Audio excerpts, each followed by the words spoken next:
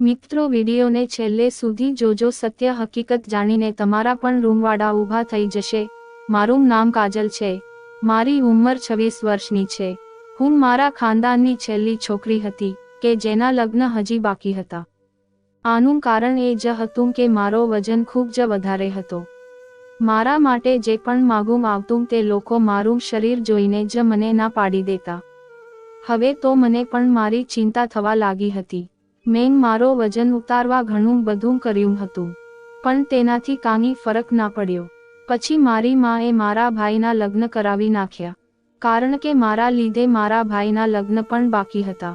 મારો ભાઈ પણ મને હવે ન કહેવાનું કહી રહ્યો હતો, કારણ કે મારા લીધે જ એના લગ્ન અટકેલા હતા। માએ વિચાર્યું કે પહેલા દીકરાના લગ્ન કરાવી દઈએ, પછી દીકરીના તો થઈ જશે। પછી મારો ભાઈ લગ્ન કરીને ભાભીને લાવ્યો તો હું તેને જોતી જ રહી ગઈ, કારણ કે તે ખૂબ જ સુંદર હતી। થોડા દિવસોમાં જ મારું ભાભી સાથે બનવા લાગ્યું। મારા ભાભી મને કહેતા કે તમે હવે જલ્દી લગ્ન કરી લો। મેં તેને કીધું કે મારી પાસે તમારા જેવી સુંદરતા નથી, મારું વજન ખૂબ જ વધારે છે। તો તેને કીધું કે તું ચિંતા ના કર, હું તારો ઈલાજ કરાવી દઈશ। મેં વિચાર્યું કે મારા ભાભી મારો ઈલાજ કઈ રીતે કરી શકશે। પછી તેમણે મને કીધું કે તું તૈયાર થઈ જા, આપણે ડોક્ટર પાસે જઈશું। ભાભીના મોઢેથી આવું સાંભળીને હું ખૂબ જ ખુશ થઈ ગઈ હતી, કારણ કે આજે પહેલી વાર કોઈએ મને એમ કીધું હતું કે હું ડોક્ટર પાસે લઈ જઈશ। બાકી બધા મને તો એમ જ કહેતા કે તું ખાવાનું ઓછું કરી નાખ, એટલે તારો વજન ઉતરી જશે। પણ મારા ભાભી મને ડોક્ટર પાસે લઈને ગયા। હું ખુશી ખુશી તેની સાથે ગઈ હતી, પણ તે ક્લિનિક પર જઈને જોયું તો ત્યાં ક્લિનિક પર કાંઈ બોર્ડ જ ન હતું। બસ ત્યાં મારા જેટલી બહુ બધી છોકરીઓ બેઠી હતી, એમાંથી ઘણાના ચહેરા પર મોટા મોટા દાગ હતા। તે જોઈને મને મારું શરીર સારું લાગ્યું। થોડીવાર પછી ત્યાં અંદરથી એક છોકરી બહાર આવી, તેને ભાભીને કંઈક મારી તરફ ઇશારો કર્યો, અને તે મને પછી અંદર લઈને જતી રહી અને ત્યાં બેઠેલી બધી સ્ત્રી મારી સામું જોઈને ખુશ થવા લાગી। ભાભીએ મને કીધું કે આ બધી સ્ત્રી તને જે કંઈ પૂછે તો તેનો સીધો સીધો જવાબ આપી દેજે, પછી આ તને ડોક્ટર પાસે લઈને જશે અને તારી મુશ્કેલીનો હાલ થઈ જશે। મને એમ હતું કે મારી જિંદગી બદલાઈ જશે, પણ મને શું ખબર હતી કે હું બહુ મોટી ભૂલ કરી રહી છું। પછી તે સ્ત્રી મને એક રૂમમાં લઈને ગઈ। ત્યાં એક લેડીઝ ડોક્ટરે મને કીધું કે પહેલા તો તમારું શરીર માપવું પડશે અને જોવું પડશે કે તમારા શરીરમાં પાણી કેટલું છે અને ચરબી કેટલી છે। તું આ બેડ પર સૂઈ જા, હું એક મશીન લઈને આવું છું। મને આ બધું ખૂબ જ વિચિત્ર લાગતું હતું, પણ મારા ભાભીએ મને કીધું હતું કે તું ત્યાં ચૂપ રહેજે, કાની ના બોલતી, તે જેમ કરે તેમ કરજે, પછી એવું ન થાય કે બીજી કોઈ મુશ્કેલી ઊભી થાય। પછી મેં બેડ પર સૂઈને તે સ્ત્રીના કહેવાથી હું આંખ બંધ કરીને સૂઈ ગઈ। પછી ભગવાન જાણે શું થયું, મને કાંઈ ખબર ન રહી। મારી આંખ ઉપર કોઈએ પટ્ટી બાંધી હતી, મને ખૂબ જ ડર લાગતો હતો। પછી મને કાંઈ ખબર જ ના રહી। પછી મારી હાલત એવી એની એવી જ હતી, મારામાં કાંઈ બદલાવ આવ્યો ન હતો, મારા આખા શરીરમાં બળતરા થવા લાગી હતી। પછી મેં તે સ્ત્રીને કીધું કે આ બધું શું હતું, તો તેણે કીધું કે આ તમારું અલ્ટ્રાસાઉન્ડ કર્યું હતું, એમાં તને કેમ ટેન્શન થાય છે। આ અલ્ટ્રાસાઉન્ડની વાત મારા મગજમાં ગૂંજવા લાગી, કારણ કે અલ્ટ્રાસાઉન્ડ તો એવી સ્ત્રીનું થાય કે જેનું બાળક થવાનું હોય અને તેના પેટ ઉપર એક ખાસ પાણી લગાવવાનું હોય છે, અને તે મશીન પણ બીજું હોય છે, અને આ સ્ત્રીએ તો મને હાથ પણ નહોતો લગાવ્યો, તો પછી આ કઈ રીતે અલ્ટ્રાસાઉન્ડ કહેવાય, જે સ્પર્શ કર્યા વગર જ થઈ ગયું। મને આ ખૂબ જ વિચિત્ર લાગી રહ્યું હતું। પછી તેણે મને કીધું કે તમે રોજ કેટલું ખાવ છો અને તમારું રૂટીન આ કાગળમાં લખો અને બહાર જઈને તમારા ભાભીને અંદર મોકલી દેજો। મને ખબર ન હતી કે આ બધું કરવાથી મારો વજન ઓછો થશે કે નહીં। પછી હું બહાર આવીને ઊભી રહી ગઈ। ત્યાં અંદરથી મારા ભાભીનો અને તે સ્ત્રીનો હસવાનો અવાજ આવવા લાગ્યો। મને તો કાંઈ સમજાતું ન હતું। થોડી વારમાં ભાભી રૂમમાંથી બહાર આવ્યા અને મને કીધું કે ચાલ હવે આપણે જલ્દી ઘરે જઈએ, બહુ મોડું થઈ ગયું છે, તમારા ભાઈ આવતા જ હશે। મારા ભાભી મને જલ્દી જલ્દી માંગ ઘરે લઈ ગયા. હું તેનું આ નાટક કાંઈ સમજતી ન હતી. આખા રસ્તામાં તેને મારી સાથે આ ઈલાજની વાત કંઈ જ ના કરી. મને ખૂબ જ ચિંતા થવા લાગી હતી. ઘરે આવ્યા બાદ મારા ભાભી મારી સાથે વાત કર્યા વગર જ તેના રૂમમાં જતા રહ્યા. હું તેની પાછળ ગઈ તો તેને તેના રૂમનો દરવાજો બંધ કરી દીધો.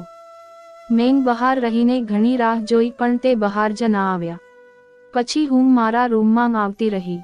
થોડીવાર પછી મારી માએ મને કીધું કે બેટા, તારી ભાભી તને બોલાવે છે. હું બહાર ગઈ તો ભાભી ખૂબ જ ખુશ લાગી રહ્યા હતા. તે મને ગળે લગાવીને બોલ્યા કે તું દુનિયાની સૌથી સારી નણંદ છે. તેને કીધું કે આજે હું ખૂબ જ ખુશ છું. તારો ઈલાજ તો થઈ જશે. એટલે મને થોડું સારું લાગ્યું. પછી ભાભીએ તેના પર્સમાંથી મને થોડા પૈસા આપ્યા અને કીધું કે લો, તમને જે મન થાય તે ખાઈ લેજો. પછી મેં તેને કીધું કે અરે ભાભી, હજુ તમે મને મારો વજન ઉતારવા માટે લઈ ગયા હતા અને હવે મને ખવડાવવાની વાત કરો છો. તો તે હસવા લાગ્યા અને કીધું કે અરે, આજે તો તું પેટ ભરીને ખાઈ લે. પછી કાલથી ડાયટિંગ ચાલુ કરી દેજે અને પછી હું તારો ઈલાજ પણ કરી દઈશ. તે ડોક્ટરે મને તારા માટે બહુ સારી દવા આપી છે. એ દવાને તું રાત્રે સૂવે ત્યારે તારી નાભી ઉપર લગાવજે એટલે તારી ચરબી ઓછી થઈ જશે. આ વાત સાંભળીને હું ખૂબ જ ખુશ થઈ ગઈ. અરે ભાભી, મને પહેલા કેવું હતું ને, હું તો ટેન્શનમાં આવી ગઈ હતી કે તે ડોક્ટરે તમને શું કીધું હશે. તો તેને કીધું કે તું ચિંતા ના કર, તારો ઈલાજ શક્ય જ છે. બસ તારે થોડી રાહ જોવાની જરૂર છે. પછી મારો ભાઈ ઘરે આવ્યો અને અમે બહાર ખાવાનું મંગાવીને ખાઈ લીધું. આ બધામાં હું મારી દવા લેવાનું જ ભૂલી ગઈ. પછી બધું કામ કરીને મારા ભાભી મારા રૂમમાં આવ્યા. તેના હાથમાં એક નાની બોટલ હતી. તેને કીધું કે આ જ દવા મને ડોક્ટરે આપી હતી. પછી મેં તેને કીધું કે ભાભી, આટલી નાની બોટલથી શું થશે? તો તેને કીધું કે અરે, આ કોઈ મામૂલી દવા નથી. આ એક ખાસ પ્રકારનું તેલ છે. આ તેલને નાભીમાં નાખીને તારે સૂઈ જવાનું અને સવારે તું ઊભી થઈશ ત્યારે તું જોજે, તારા શરીરમાં ઘણો બધો સુધારો હશે. ભાભીની આ વાત સાંભળીને હું ખૂબ જ ખુશ થઈ ગઈ. ભાભીએ કીધું કે આ દવા બહુ મોંઘી છે. આની કિંમત મેં 10,000 રૂપિયા આપી છે. એટલે ખૂબ જ ધ્યાનપૂર્વક આનો ઉપયોગ કરજે. આ તેલનું એક એક ટીપું તારી નાભીમાં નાખજે. આનાથી તને ઘણી મદદ મળી જશે. પછી ભાભીએ મને એવું કીધું કે આ દવા તું નાખીને પછી તારા રૂમમાં જ રહેજે. કાંઈ આમ તેમ ન જતી, કારણ કે આનાથી બહુ ઊંઘ આવશે. મેં કીધું સારું, હું ક્યાંય નહીં જાઉં, તમે ચિંતા ના કરો. પછી ભાભી તેના રૂમમાં આવી ગયા. હું તેની બોટલને જોવા લાગી. તે સાવ નાની હતી. તેમાં મને એવું લાગતું હતું કે આમાં તેલ નહીં પણ ઝેર હશે. જેવી મેં તે બોટલને ખોલી તો મને ખરાબ વાસ આવવા લાગી. પણ મેં કાંઈ પણ વિચાર્યા વગર દરવાજો બંધ કરીને તે તેલને મારી નાભીમાં નાખીને હું સૂઈ ગઈ. તે રાતે મને ખૂબ જ ઊંઘ આવી હતી. હું મોડા સુધી સૂતી રહી હતી કે કોઈ બેભાન પડીને સૂતો હોય તેવું લાગતું હતું. ત્યારે સવારે 10 વાગી ગયા હતા. મારી માએ જોરથી દરવાજો ખખડાવ્યો તો હું એકદમ ડરી ગઈ, કારણ કે આવું ક્યારે નહોતું થયું. તે તેલથી મને ભયાનક ઊંઘ આવી ગઈ હતી. હું આજ સુધી ક્યારેય 10 વાગ્યા સુધી નથી સૂતી. જેવો મેં દરવાજો ખોલ્યો તો મારી માંગ મને ગુસ્સાથી જોવા લાગી અને બોલી, આ બધું તને શું થયું છે? પહેલા તો તું વહેલી ઉઠી જતી હતી અને આજે કેમ 10 વાગ્યા છે? મને કાંઈ સમજાતું ન હતું. મારા આખા શરીરમાંથી વાસ આવતી હતી. પછી હું સીધી નાહવા માટે બાથરૂમમાં ગઈ. નાહીને પછી મેં ખુદને અરીસામાં જોઈ તો મારો ચહેરો સાવ અલગ લાગી રહ્યો હતો. થોડીવાર ભાભી તેના રૂમમાંથી બહાર આવ્યા અને મને જોઈને ખુશ થઈ ગયા. મને કહેવા લાગ્યા કે તમને રાતે કેવી ઊંઘ આવી હતી. પછી હું તેને શું કહેતી. મારી માં પણ મારી સામે જ બેઠી હતી અને મેં ભાભીને કીધું કે મને રાતે બહુ જ ઊંઘ આવી. ઉઠવામાં જ મોડું થઈ ગયું હતું. થોડીવાર પછી મારા ભાભીએ મને ઈશારો કરીને તેના રૂમમાં બોલાવી. ભાભી મને જોઈને ખૂબ જ ખુશ હતા. તેને મને કીધું કે જો કાજલ, વજન એમ જ ના ઉતરે, તારે થોડોક ટાઈમ આપવો પડશે. મારે તારો એક ટેસ્ટ હજી કરાવવો પડશે. પછી ખબર પડશે કે તારે હવે કઈ દવા લેવાની જરૂર છે. તને તો ખબર જ છે કે તારું વજન ખૂબ જ વધારે છે. અત્યારે તું કોઈ સાથે લગ્ન કરીશ તો તારો ઘરવાળો તને પોતાની માં જ સમજશે. મારી ભાભીના મોઢેથી આવું સાંભળીને હું ડરી ગઈ હતી. મારું વજન હકીકતમાં વધારે જ હતું. પછી મેં ભાભીને કીધું કે તમારે જે ટેસ્ટ કરાવવો હોય તે કરાવો, પણ મારો વજન ઉતારો. મારે જલ્દી પતલું થઈ જવું છે. મારા ભાભીએ પણ મેડિકલનો અભ્યાસ કર્યો હતો, એટલે મને મારા ભાભી ઉપર વિશ્વાસ હતો. પણ મને પણ શું ખબર કે મારી ઉપર આભ તૂટી પડવાનું હતું. ભાભીએ મને કીધું કે આપણે આજે સાંજે ટેસ્ટ કરાવવા જશું. સાંજ થતાં હું ભાભી સાથે જવા માટે તૈયાર થઈ ગઈ અને અમે બંને તે ક્લિનિક પર ગયા. ભાભીએ મને બહાર બેસવાનું કીધું. હું પહેલાની જેમ બહાર બેસી ગઈ હતી. થોડી વારમાં ડોક્ટર આવ્યા. મેં તેને નમસ્તે કર્યા તો તેને કીધું કે વાહ ભાઈ, તું હવે પતલી થવા લાગી છે. આવું બોલીને તે હસવા લાગ્યા. પણ મને એમ થયું કે આને વળી હું પતલી કઈ રીતે લાગી. બાકી કોઈએ મને એવું તો નહોતું કીધું. તે ડોક્ટરના હાથમાં નવા કપડાં હતા. તે ભાભીને આપ્યા અને ભાભીએ મને કીધું કે આ કપડાં બાથરૂમમાં જઈને પહેરીને આવ. આ કપડામાં જ તારું ચેકઅપ થશે. પણ મેં તે કપડાં જોયા તો તે કપડાં એક દુલ્હન જેવા લાગતા હતા. મને લાગતું નહોતું કે આ કપડામાં મારું ચેકઅપ થશે. મને લાગતું હતું કે આ કપડાં હોસ્પિટલના હશે. બાકી હોસ્પિટલના કપડામાં તો લીલો રંગ હોય છે. હું ગભરાઈને મારી ભાભી અને તે ડોક્ટરને જોઈ રહી હતી. તો તેને કીધું કે અરે જા હવે આ કપડાં બદલીને આવ, હું તારી રાહ જોઉં છું. અહીંયા બીજા દર્દી પણ લાઈનમાં બેઠા છે. પછી તે કપડાં બદલીને હું આવી ગઈ. તે કપડાં મને ફૂલ ફિટિંગમાં આવી ગયા હતા. મને તો એવું લાગતું હતું કે તે મારા જ માપના છે. બાકી મને જેવા તેવા કપડાં તો થતા જ ન હતા, કારણ કે મારું શરીર એકદમ જાડું હતું. પછી તેને મને એક રૂમમાં બેસાડી દીધી અને કીધું કે તું આ કાચની સામું જોતી રહેજે, થોડી ઘણી પણ હલતી નહીં. હું તે કાચને જોવા લાગી. 1 કલાક એમ જ બેસી રહ્યા બાદ તે સ્ત્રીએ મને ઊભી થવા કીધું અને કીધું કે થોડી ઘણી આમ તેમ ના થતી, નકર તારા શરીરમાં ખામી આવી જશે. હું તારા ચેકઅપ માટે એક મોટું મશીન લાવી છું, એમાં તારું ચેકઅપ થશે. ચેકઅપ કર્યા બાદ તેને કીધું કે હવે તું મને 3 દિવસ પછી મળવા આવજે અને જે દવા કીધી છે તે સમયસર પીતી રહેજે. અત્યારે તારો વજન પણ 5 કિલો ઓછો થઈ ગયો છે. આ સાંભળીને હું ચોંકી ગઈ હતી. મને થયું મને તો કાંઈ લાગતું નથી કે મારો વજન આમાં ઓછો થઈ ગયો હોય.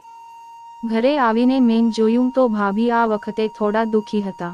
તેને જોઈને મને ટેન્શન આવતું હતું. પછી ભાભી મને તેના રૂમમાં લઈ ગયા અને કીધું કે તે સ્ત્રીએ તને શું કીધું હતું. તો મેં કીધું બસ તેને મારું ચેકઅપ કર્યું, બાકી કંઈ નહીં. પછી મેં ભાભીને કીધું કે ભાભી આવા કપડામાં ચેકઅપ કોણ કરે. તો તે કહેવા લાગ્યા કે તું એની ચિંતા ના કર અને તારા માટે હવે માંગુ જલ્દી આવી જશે.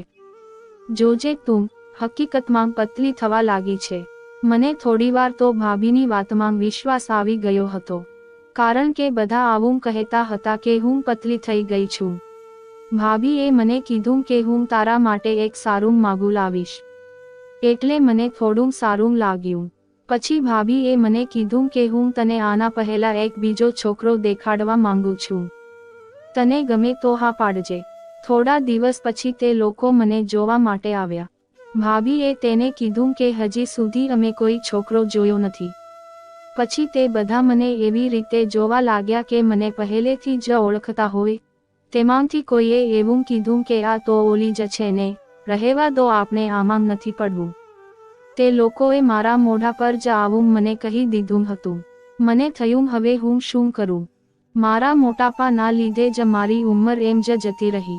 પછી મારા ભાભીએ મને એવું કીધું કે તું ચિંતા ના કર, આ લોકો સાથે તારું ફિક્સ નહીં થાય તો હું તારા લગ્ન મારા ભાઈ સાથે કરાવી દઈશ.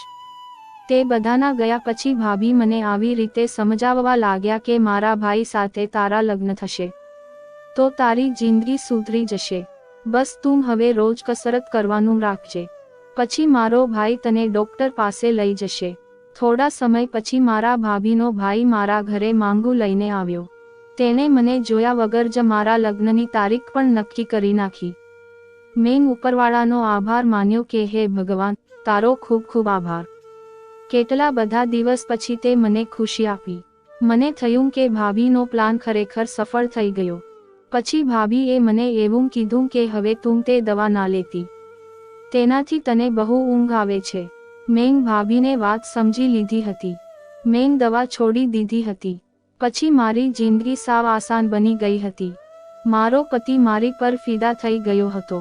તે મને કહેવા લાગ્યો કે તું આજે ખૂબ જ સુંદર લાગે છે, પણ મેં મારી બહેનના લીધે તારી સાથે લગ્ન કર્યા છે, અને મારી બહેનનું ઘર બચાવવા માટે મેં તારી સાથે લગ્ન કર્યા છે.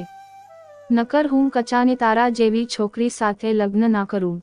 પછી મેં તેને કીધું કે કેમ તારી બહેનનું ઘર બચાવવા માટે, એટલે તમે કહેવા શું માંગો છો એ તો હવે હું તને નહીં કહી શકું, કારણ કે મારી બહેને જ મને તને કહેવાની ના પાડી છે. આ સાંભળીને હું ચોંકી ગઈ. પછી તેને કીધું કે મારી બહેન તારા શરીરનો ઈલાજ નહોતી કરતી, બાકી એ તારો ઉપયોગ કરીને પૈસા કમાતી હતી. એ તને નવા નવા માણસોને મળાવતી હતી, જે માણસોને પોતાની બ્રાન્ડની મોડેલિંગ માટે તારો ઉપયોગ કરતા હતા. એ લોકો તને એક એજન્સી પાસે લઈ ગયા હતા, પણ તેને કીધું કે તારા આવા ફોટા નહીં આવી શકે, એટલે તને બહાનું બનાવીને પાછી ઘરે મોકલી દીધી હતી. છતાં તારા 1-2 ફોટા અખબારમાં પણ છપાઈ ગયા હતા. આટલા માટે તું ફેમસ પણ થવા લાગી હતી. પણ તારી ભાભીને ખૂબ જ ટેન્શન આવવા લાગ્યું હતું, કારણ કે આ વાત તારા ભાઈને ખબર પડી જાત તો તે મારી બહેનને છૂટાછેડા આપી દેત. આટલા માટે તેને તારા લગ્ન મારી સાથે કરાવ્યા. મેં ક્યારેય વિચાર્યું નહોતું કે મારી જ ભાભી મારો આવી રીતે ઉપયોગ કરશે. મને કાંઈ સમજાતું ન હતું કે હવે હું શું કરું, પણ હવે હું શું કરતી. મારી બદનામી ના થાય આટલા માટે તેના ભાઈ સાથે મારા લગ્ન કરાવી દીધા હતા. હવે હું પણ તેને કાંઈ કહી શકતી ન હતી, કારણ કે મારા પતિએ જ મને કસમ આપ્યા હતા કે મારી બહેનને આ વાત ખબર ના પડવી જોઈએ. પછી હું પણ મારું જીવન મારા પતિ સાથે વિતાવવા લાગી હતી. આભાર.